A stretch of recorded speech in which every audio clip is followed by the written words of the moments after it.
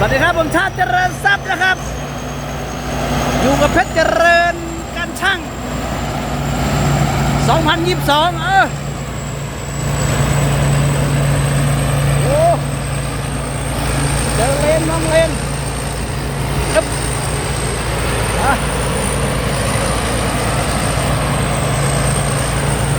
เดี๋ยววะแล้วก็โอ้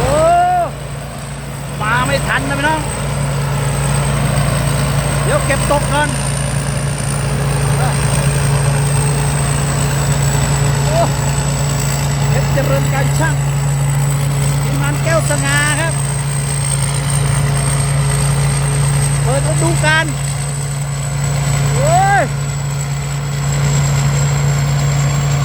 นี่เป็นเจไฟน้อง JO 8 4 โบตัวเดิม12 23ได้กิน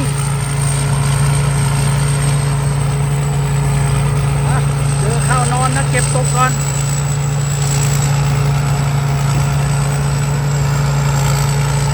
แท็ก87 2 ตันครึ่ง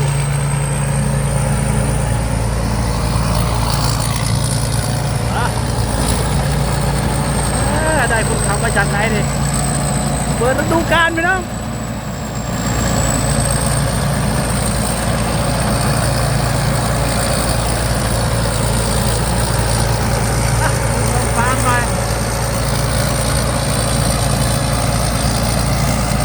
โบเดียวครับ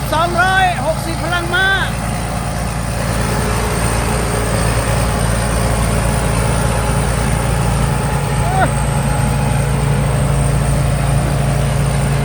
ลมก็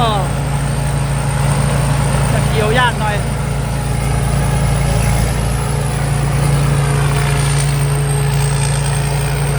โอ้รันพุ่งมาเทอร์โบ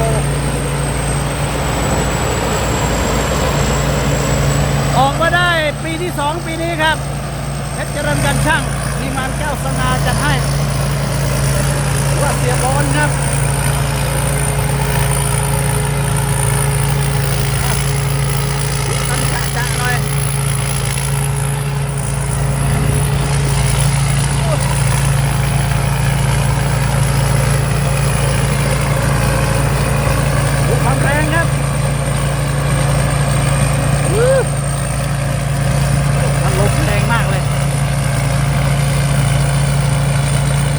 มิลเลอร์ครับเอาไล่หนูแล้วไล่บ่เอาได้ไหมเอาหายจ้อยครับหาไม่เจอ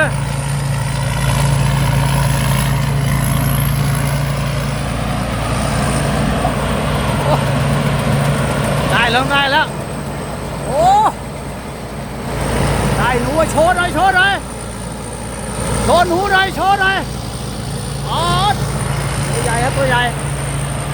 ตัวเป็นโลเลย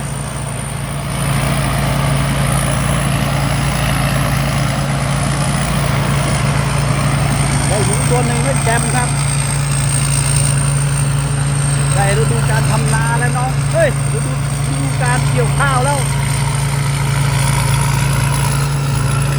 เพชรเจริญการช่างเสียบอลจัดให้ครับปากกว้าง3 เมตรเลดมิลเลอร์แล้วก็304 12 23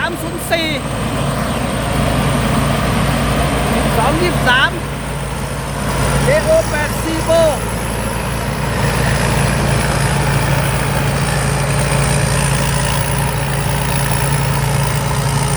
รักใครไม่ต้องไปชมกันครับเดือดปลาด้วยมีปลาด้วยเนี่ย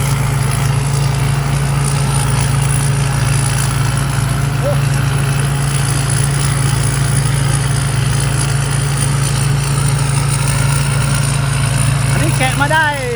ปีที่2นะครับปีแรกก็ได้ประมาณ1,000 กว่าไร่ครับไร่ละ600พี่น้องข้าวก็13 บาท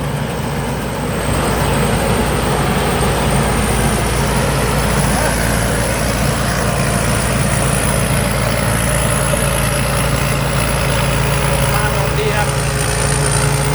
ดีบันไดขึ้นเลยนะ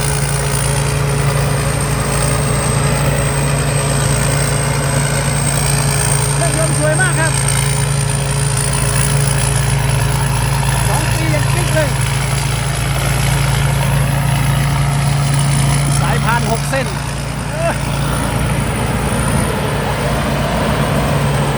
สอบในช่วงล่างแล้วนะ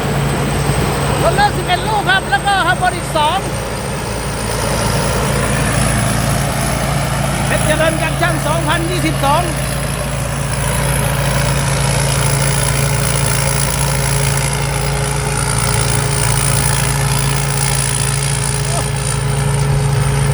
สวยครับ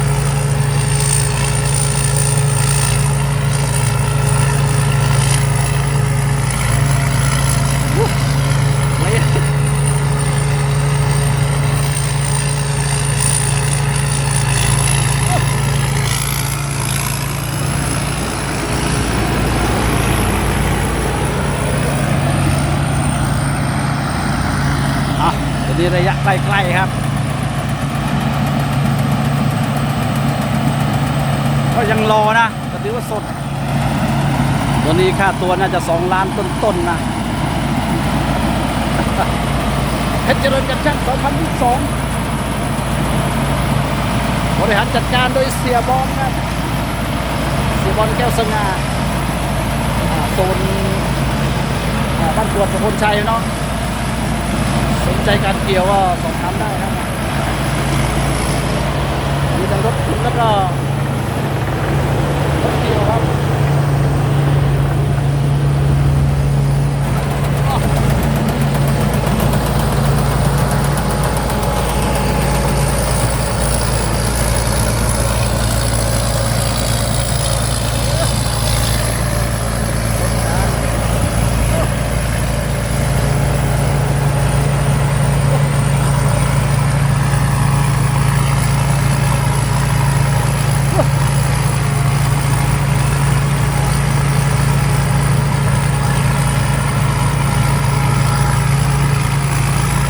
เข้าตาเนาะโอ้ไปไหนเลย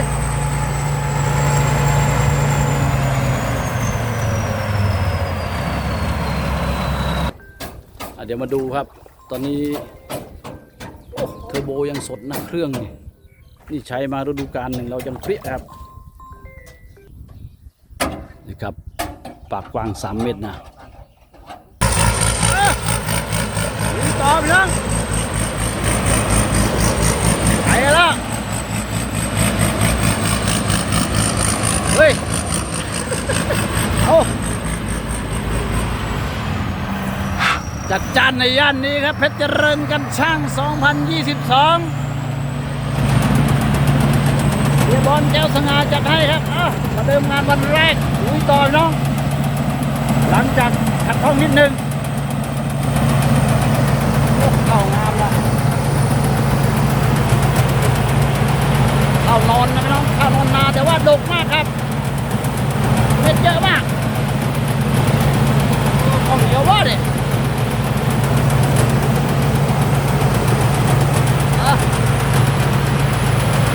ตู้มันดังนะครับ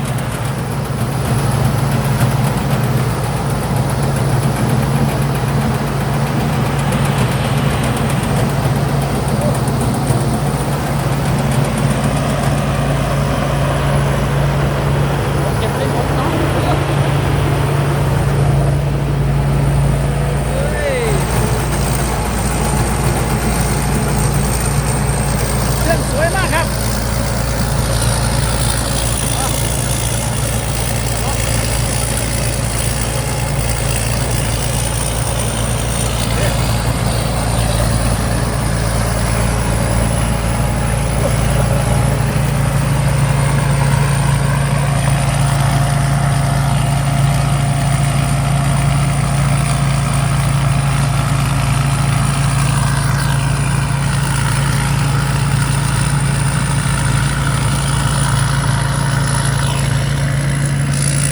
เก็บตกนะเก็บตก